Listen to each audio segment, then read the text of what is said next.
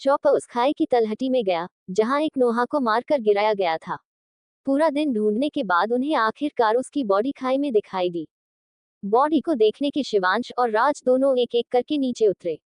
जैसे ही शिवांश ने नोहा के मृत पड़े शरीर को देखा तो वो धम्म से जमीन पर गिर गया।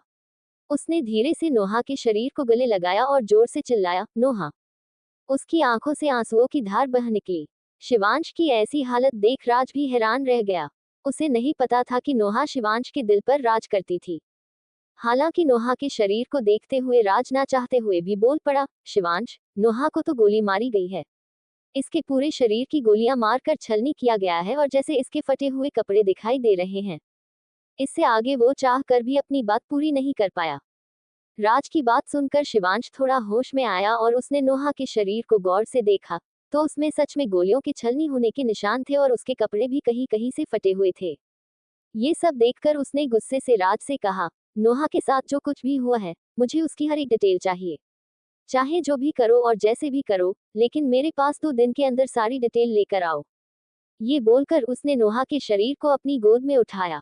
नोहा का शरीर अब सड़ना शुरू हो चुका था और उसे बदबू भी आ रही थी, लेकिन शिवांश को इससे कोई फर्क नहीं पड़ रहा था।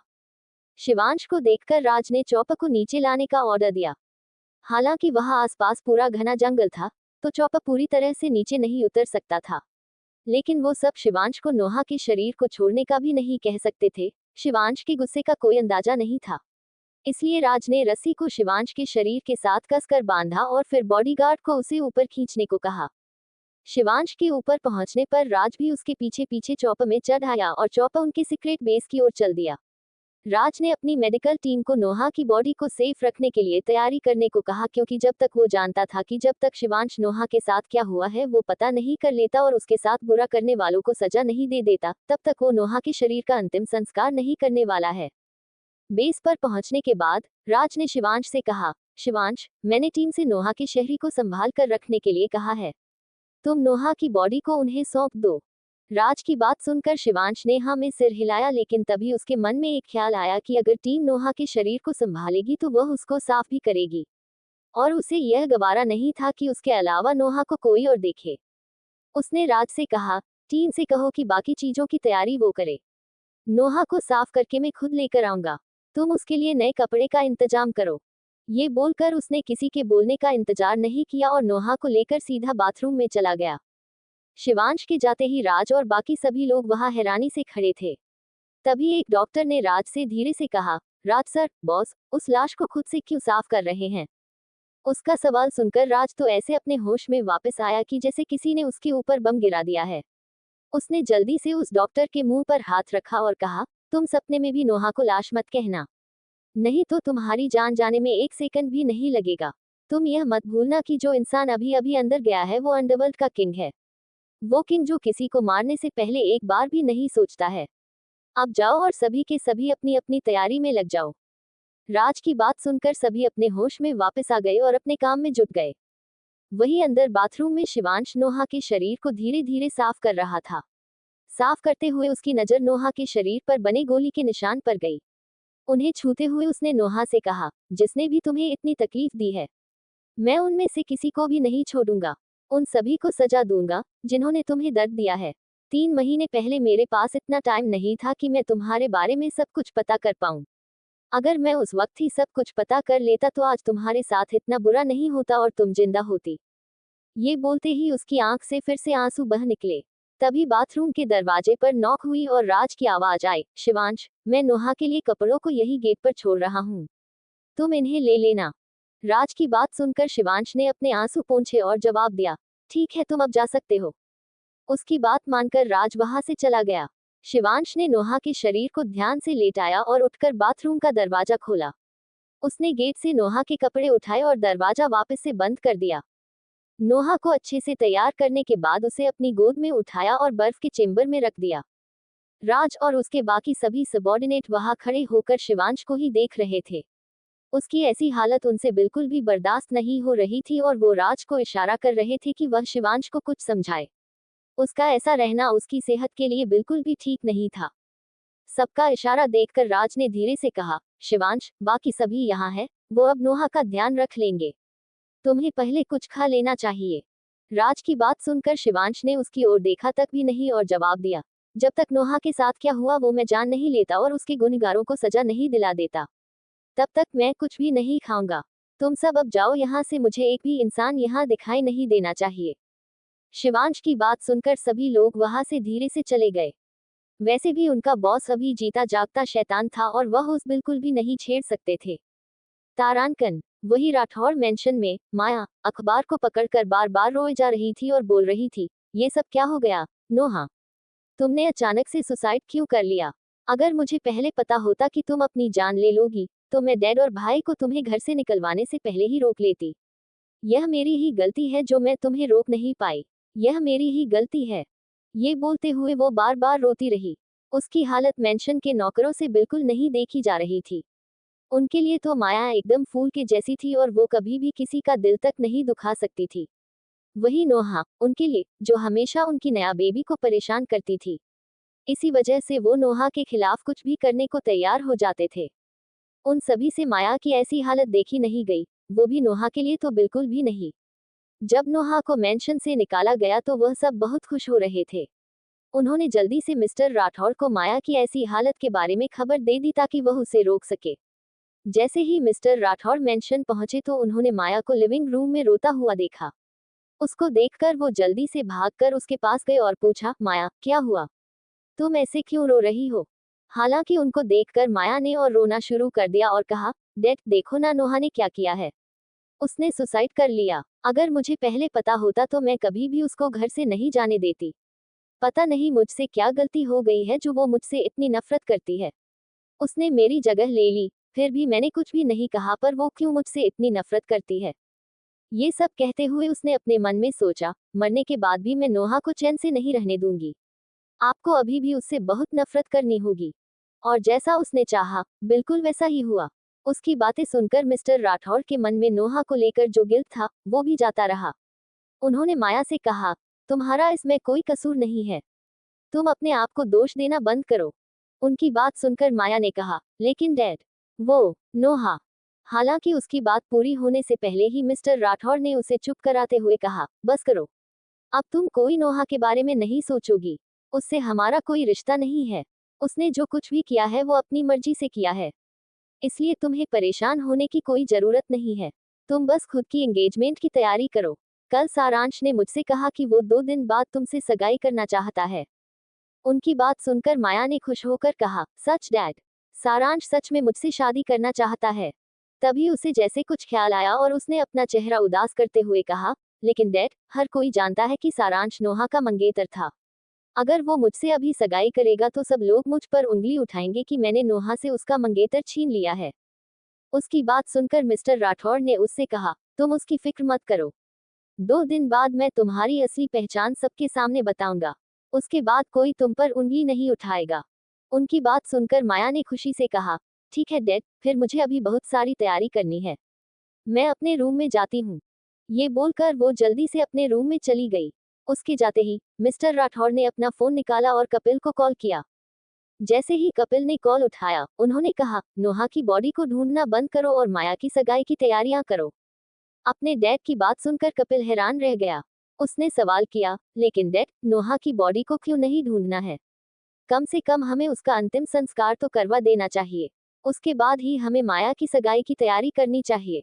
हालांकि उसकी बात सुनकर मिस्टर राठौर ने गुस्से से कहा, नोहा ने अपनी मर्जी से सुसाइड किया है, हम उसके लिए माया की खुशियों को साइड में क्यों रखें? पहले हम माया की सगाई करवा कर ही नोहा की बॉडी को ढूंढेंगे।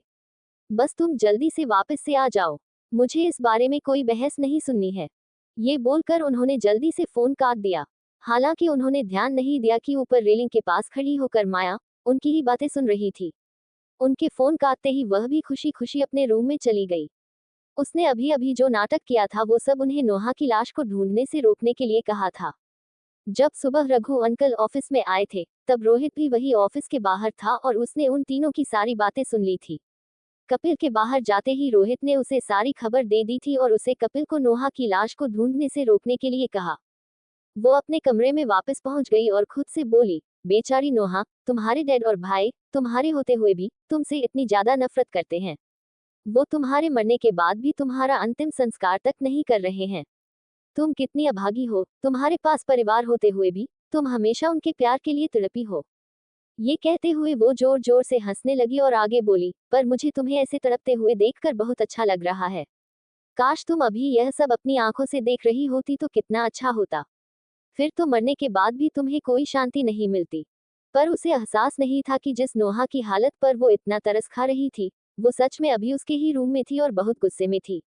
उसका मन कर रहा था कि वो माया को नोच नोच कर मार दे, लेकिन वो उसको छू भी नहीं पा रही थी। वो चीखती हुई नीचे जमीन पर बैठ गई और चिल्लाते हुए बोली, क्यों भगवान, क्यों? आखिर मैंने किसी का ऐसा क्या बिगाड़ा है हो मुझे इतनी तकलीफ मिल रही है? आखिर क्यों? नोहा दर्द से चिल्ला रही थी, लेकिन उसका दर्द सुनने वाला कोई भी नहीं था। ना ही किसी को उसकी चीख सुनाई दे रही थी। तारांकन। इसी वक्त कहीं और अचानक से किसी साधु ने अपनी आंखें खोली।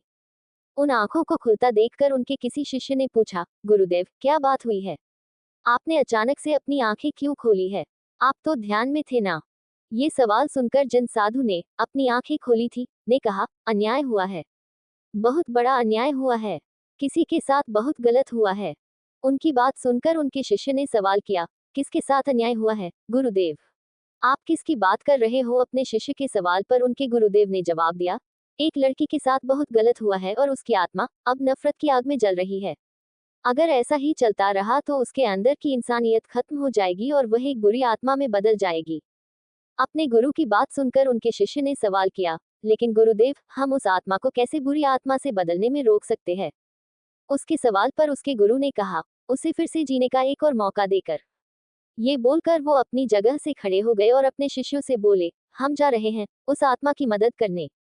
तुम कुछ दिनों तक हमारा इंतजार मत करना और न ही हमें वापस ढूंढना। काम पूरा होने के बाद हम वापस आ जाएंगे। ये बोलकर वो साधु वहां से चले गए। उनको ऐसे जाता देखकर उनके एक शिष्य ने दूसरे शिष्य से कहा, आज तक तो गुरुदेव किसी की भी मदद करने के लिए ऐसे नहीं गए, तो आज ऐसा किसी के साथ क्या हुआ है कि जिसने गुरुदेव को भी विचलित कर दिया है? ये सवाल सुनकर दूसरे शिष्य ने कहा, लगता है आज किसी ऐसे के साथ बुरा हुआ है जिसके हिस्से में तकलीफ झेलना नहीं लिखा था। चलिए हमें अपना काम करना चाहिए।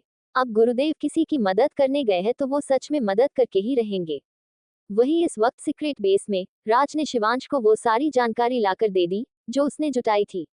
माया को लगा कि कोई उसकी चाल को पकड़ नहीं सकता, लेकिन अंडरवर्ल्ड के किंग का दाहिना हाथ कहा जाने वाले राज की नजरों से नहीं बच सकी। जो जो साजिश माया ने की थी, हर एक को डिटेल बनाकर राज ने वो शिवांश को सौंप दी। जैसे जैसे शिवांश ने राज की दी हुई फाइल को पढ़ा, उसके हाथ उस पर कसते चले गए और उसकी आंखें गुस्से से लाल हो गई। उसने राज से सवाल किया, अभी राठौर मेंशन में क्या चल रहा? शिवांश का सवाल सुनकर राज ने कहा, राठौर मेंशन में अभी माया और सारांश की सगाई की तैयारी चल रही है। राज की बात सुनकर शिवांश ने उसकी ओर देखा, फिर वापस फाइल को देखने लगा। हालांकि उसकी आंखों में चल रहे इमोशन को राज भी नहीं देख पाया, लेकिन वो जानता था कि शिवांश जो भी चुप है, वह बस तूफान के आने से पहले को शांति है, और ये तूफान किसका क्या क्या उड़ाकर ले जाएगा, किसी को कोई अंदाजा ही नहीं था। फाइल को देखते ही शिवांश ने फिर से सवाल किया, सगाई कब है?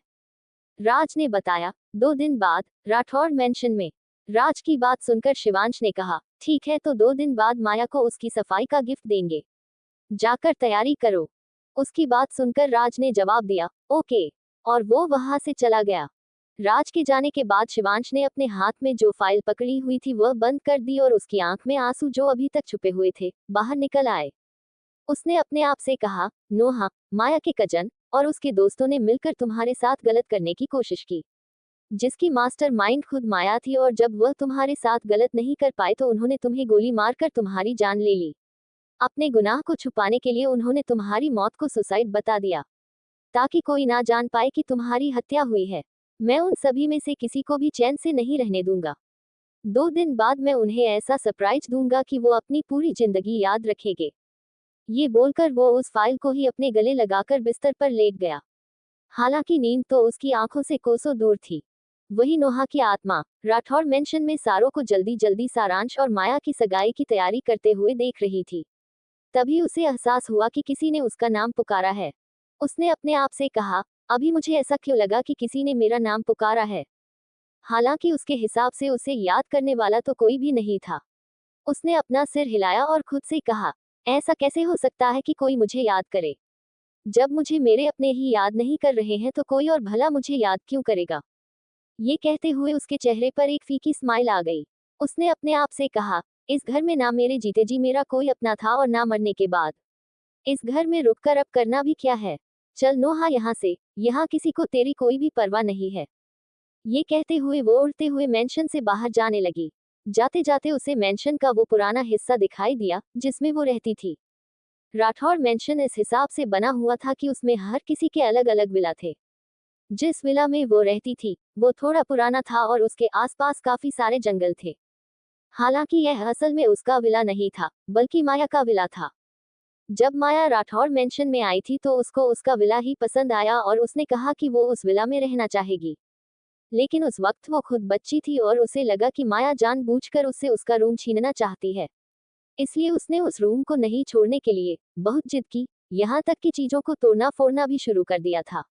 उसकी जिद के चलते माया ने ऐसी शक्ल बनाई कि वो उसे बुली कर रही है और इस पुराने से विला में रहने के लिए चली गई। बाद में मेंशन में ऐसा हादसा हुआ कि माया को उसका विला दे दिया गया और उसे उस पुराने विला में भेज दिया है। उसके बाद से मेंशन में ये सिलसिला चलता रहा और माया को वह हर एक चीज मिलती गई जो उसकी थी। पुरानी बातों को याद करते हुए उसने खुद से कहा, मैं भी कितनी बेवकूफ थी कि उस वक्त मैंने यह मान लिया था कि माया मुझसे मेरा विला छीनना चाहती है। लेकिन वो तो मुझे उकसाना चाहती थी ताकि मैं ऐसा कुछ करूं जिससे अपने आप ही खुद के घर वालों की नजरों में मैं गिरती जाऊं। पिछली बातों को याद करते हुए उसकी आंख से फिर से आंसू बह निकले। तभी उसके कानों में कोई आवाज पड़ी, जैसे दो जने आपस में बहस कर रहे हो। आवाज सुनकर उसने अपने आप से कहा, ये तो डैड और भाई की आवाज लग रही है। लेकिन यह आपस में बहस क्यों कर रहे हैं। वो आवाज की दिशा की ओर चल पड़ी। तभी उसके कानों में कपिल की आवाज पड़ी, डैड आप मेरी बात समझ क्यों नहीं रहे हैं। हमें कम से कम नोहा का अंतिम संस्कार तो करना चाहिए ना। कपिल की बात सुनकर मिस्टर राठौर ने गुस्से से कहा, क्या तुमने नोहा नोहा लगा रखा है। मैंने एक बार कहा ना कि नोहा का हमसे कोई रिश्ता नहीं है। तुम यह मत भूलो कि माया तुम्हारी बहन है, नोहा नहीं। अपने डैड की बात सुनकर कपिल ने जवाब दिया, तो डैड आखिर इसमें बुराई भी क्या है। हम नोहा के मरने के बाद तो कम से कम उसके साथ अच्छा कर सकते हैं। वो बेचारी तो यही सोचती होगी कि उसके जिद करने की वजह से उसकी चीजें माया को दे दी गई। लेकिन उसे यह नहीं पता कि हमने जानबूझकर उससे उसकी चीजें छीनकर माया को दी है, क्योंकि हमें ये पता लग गया कि माया ही आपकी असली बेटी और मेरी बहन है। कपिल की बात सुनकर मिस्टर राठौर ने गुस्से में कहा, हाँ तो इसमें क्या गलत है। अगर वो मैड हमारी बेटी को नोहा से नहीं बदलती तो माया हमारे पास ही रहती। उसे अनाथ आश्रम में नहीं रहना पड़ता जहां उसके साथ इतना बुरा बिहेव होता था। अगर उस वक्त वो हादसा नहीं होता तो हमें कभी पता नहीं लगता कि माया हमारी असली बेटी है, नोहा नहीं। उन दोनों के बीच की बातें सुनकर नोहा के पैरों तले जमीन खिसक गई। साथ ही उसे उनकी बातें सुनाई देना भी बंद हो गई। उसने तो आज तक यही सोचा था कि उसकी हरकतों को वजह से उसके डैड और भाई उस पर यकीन नहीं करते हैं। लेकिन वो सच में उस पर यकीन करना ही नहीं चाहते थे। आज तक उसने जितनी भी कोशिशें की वो बस उनके प्यार को पाने के लिए की थी। लेकिन वो दोनों भी माया और रोहित की तरह झूठे निकले। उसका इस दुनिया में अपना कहने वाला कोई भी नहीं है। नोहा ने अपने आप से कहा, माया सच में ही तुझ पर तरस खाती है नोहा, तू सच में बहुत बदकिस्मत है। खुद से यह कहकर वो मेंशन से बाहर चली गई। वैसे भी वहां रहकर भी उसे क्या ही हासिल होने वाला था। उसने अपनी नैनी से सुना था कि जिन लोगों के मरने के बाद उनका अंतिम संस्कार नहीं होता है उनकी आत्मा हमेशा ही भटकती रहती है। शायद अब उसके हिस्से में भी भटकना ही लिखा था। पर मरने से पहले कर बाद में क्या फर्क है। वो मरने के पहले भी भटक रही थी और मरने के बाद भी भटक ही रही है। तारांकन 2 दिन बाद माया और सारांश दोनों स्टेज पर खड़े थे और उनके साथ मिस्टर राठौड़ और कपिल भी खड़े थे। मिस्टर राठौड़ ने माइक पकड़ते हुए सब गेस्ट से कहा, मैंने आज सभी को यहाँ माया और सारांश की सगाई के लिए इनवाइट किया है। लेकिन उससे पहले मैं आप सबके सामने कुछ जरूरी अनाउंस करना चाहता हूँ। उनके इतना बोलते ही पूरे हॉल की लाइट अचानक से चली गई। लाइट जाते ही पूरे हॉल में अफरा तफरी मच गई। सब लोग बोलने लगे, ये लाइट को क्या हो गया है, अचानक से अंधेरा क्यों हो गया है। शोर मचते देख मिस्टर राठौड़ ने कपिल से कहा, कपिल जाओ और देखो कि क्या हुआ है। उनका इतना कहना हुआ कि तभी हॉल में लगी स्क्रीन जल उठी और हॉल की लाइट वापस से आ गई। अंधेरे के बाद एकदम से रोशनी होने के कारण सबकी आंखें बंद हो गई। जब तक उन एडजस्ट हो गई तो स्क्रीन पर एक वीडियो चल पड़ी और किसी के चिल्लाने की आवाज आई। आवाज सुनकर माया ने स्क्रीन की ओर देखा और हैरानी से बोली, ये तो रोहित और उसके दोस्तों की आवाज है। माया की आवाज सुनकर सभी लोग स्क्रीन की ओर देखने लगे। रोहित और उसके सारे दोस्तों को बुरी तरह से बांधा हुआ था और उनके आसपास पूरी तरह से आग जली हुई थी। साथ ही उनके आसपास काफी सारे बॉडीगार्ड खड़े थे। अपने आसपास लोगों को देखकर रोहित चिल्लाया, अरे कौन हो तुम सब? और क्यों मार रहे हो ऐसे हमें? रोहित की आवाज सुनकर वहां खड़े एक आदमी ने आग में और ज्यादा तेल डालते हुए कहा, हम तुम्हें तब छोड़ेंगे जब तुम हमें ये बताओगे कि तुम लोगों ने मिलकर नोहा राठौड़ के साथ क्या किया है। नोहा का नाम सुनकर रोहित और उसके दोस्तों के साथ साथ हॉल में खड़े जितने भी लोग स्क्रीन देख रहे थे हैरान रह गए। माया को भी उम्मीद नहीं थी कि कोई ऐसा भी होगा जो नोहा की मौत के राज को ढूंढने की कोशिश कर रहा होगा। उसने मिस्टर राठौर से रोते हुए कहा, डैड आप कैसे भी करके रोहित और उसके दोस्तों को बचाए ना। नोहा ने तो अपनी मर्जी से सुसाइड किया है। ये लोग नोहा का बहाना बनाकर रोहित और उसके दोस्तों को मार देंगे। तभी हॉल में एक आवाज गूंजी, इतनी भी क्या जल्दी है अपने कजन और उसके दोस्तों को बचाने की? पहले अपने कजन को पूरी बात तो बोलने दो। अचानक आए आवाज को सुनकर सभी ने हॉल के गेट की ओर देखा। वहां से शिवांश, राज और अपने बॉडीगार्ड्स के साथ अंदर आ रहा था। शिवांश दिखने में सारांश से भी ज्यादा सुंदर था। हॉल में जितनी भी लड़कियां खड़ी थी वो उसको देखकर आहें भरने से खुद को रोक नहीं पाई। शिवांश को आता देखकर मिस्टर राठौर ने उससे पूछा, तुम कौन हो और यहाँ क्या कर रहे हो? ये रोहित और उसके दोस्तों को तुमने आज में फंसाया है। देखो तुम जो कोई भी हो, तुम रोहित और उसके दोस्तों को छोड़ दो, नहीं तो तुम्हारे लिए यह बिल्कुल भी अच्छा नहीं होगा। मिस्टर राठौर की बात सुनकर शिवांश ने उन्हें एक स्माइल दी और कहा, अरे इतनी भी क्या जल्दी है, पहले जरा शो तो देख लो। ये कहकर उसने सामने स्क्रीन की ओर इशारा किया। इतने में उसके एक बॉडीगार्ड उसके लिए चेयर खिसका कर ले आया। शिवांश शान से उस चेयर पर बैठ गया। उसको देखकर माया भी एक बार शॉक रह गई कि आखिर यह इतना सुंदर आदमी कौन है। लेकिन फिर उसके दिमाग में आया, यह आदमी कितना भी सुंदर क्यों ना हो, कभी भी सारांश की बराबरी तो नहीं कर सकता है। सारांश बहुत बड़ी कंपनी का इकलौता वारिस था। ये ख्याल आते ही वो शान से अकड़ गई और शिवांश से बोली, देखो तुम जो कोई भी हो, मेरे कजन और उसके दोस्तों को छोड़ दो, तुम्हारे लिए यही सही रहेगा। माया की बात सुनकर शिवांश ने उसे ठंड से जवाब दिया, अच्छा मेरे लिए क्या सही रहेगा और क्या नहीं, यह अब तुम डिसाइड करोगी। उसके जवाब से माया अपने आप को कांपने से रोक नहीं पाए और सारांश के पीछे छुप गई। इतने में ही स्क्रीन पर रोहित की आवाज आई, हमने नोहा के साथ कुछ भी नहीं किया है, उसने अपनी मर्जी से सुसाइड किया है, तुम लोग हमें जानबूझकर फंसा रहे हो। उसका जवाब सुनकर शिवांश की मुट्ठियां गुस्से से बंध गई। उसने राज को कुछ इशारा किया। राज उसका इशारा समझ गया और उसने एक माइक शिवांश को पकड़ा दिया। शिवांश ने वो माइक लिया और ऑर्डर दिया, अगर ये लोग सच नहीं बताते हैं तो उन्हें जिंदा जला दो। उसकी आवाज पूरी स्क्रीन के साथ साथ पूरे हॉल में गूंज गई। जब रोहित के दोस्तों ने ये सुना तो वह जल्दी से बोल पड़े, हमें कुछ मत करो, हमने ये सब माया और रोहित के कहने पर किया है। इन्हीं दोनों को नोहा से सबसे ज्यादा प्रॉब्लम थी। आज तक की सारी साजिश माया ने ही रची थी और रोहित ने उसका साथ दिया था।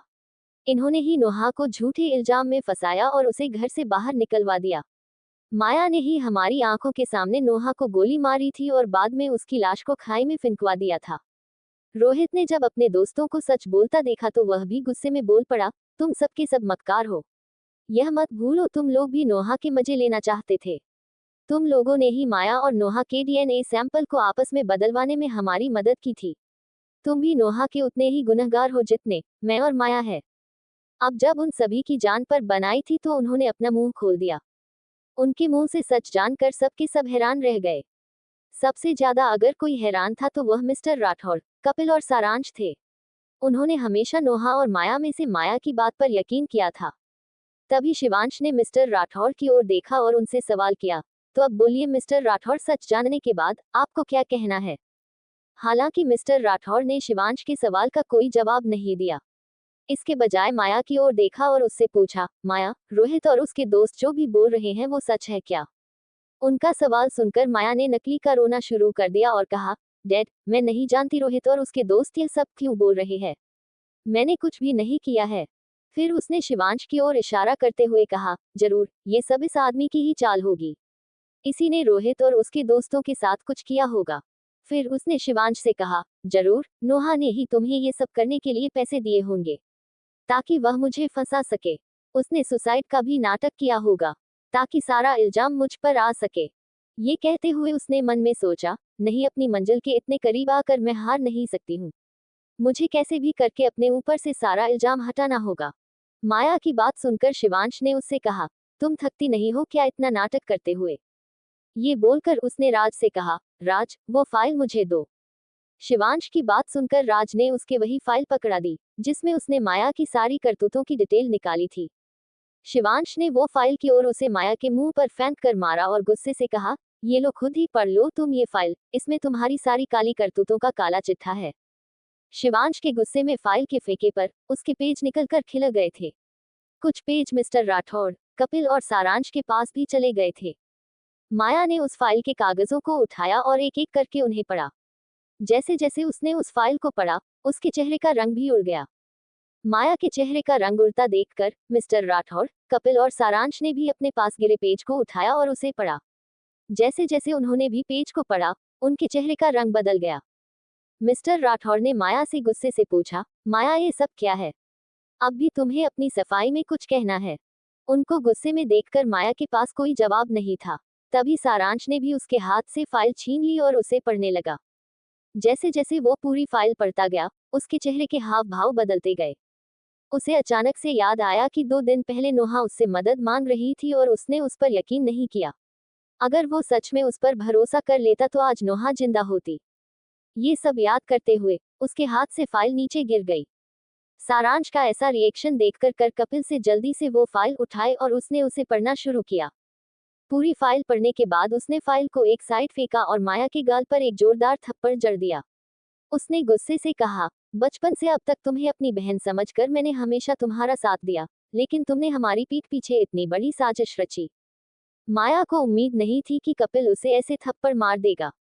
जिस कपिल ने आज तक उसे प्रिंसेस की तरह ट्रीट किया था, सच पता चलते ही उसने उस पर हाथ उठा दिया। अब जब सबको सच पता चल गया था तो उसके लिए और ज्यादा नाटक करना भी जरूरी नहीं था। उसने भी गुस्से से जवाब दिया, आप दोनों, इस सब के लिए मुझे दोष मत दो। यह आप दोनों की गलती है जो आप लोग अपनी नफरत में इतने अंधे हो गए थे कि कभी सच जानने की कोशिश ही नहीं की। यह नहीं है कि तुम सच सच नहीं पता कर सकते थे, लेकिन बस तुम सच पता करना ही नहीं चाहते थे। इसलिए नोहा की मौत के गुनहगार तुम सभी भी उतने ही हो जितने मैं और रोहित। इनफैक्ट तुम लोग हमसे ज्यादा नोहा के गुनहगार हो। मैंने तो बस मौके का फायदा उठाया, लेकिन तुम लोगों ने उसे पल पल अपने प्यार के लिए तड़पाया है। माया की बात सुनकर सारांश बोला, 2 दिन पहले नोहा ने मुझसे कहा था कि रोहित और उसके दोस्त उसके साथ गलत करने की कोशिश कर रहे हैं, लेकिन मैंने ही उसकी बात का यकीन ही नहीं किया। अगर मैं उस वक्त उसकी बात का यकीन कर लेता तो आज नोहा जिंदा होती।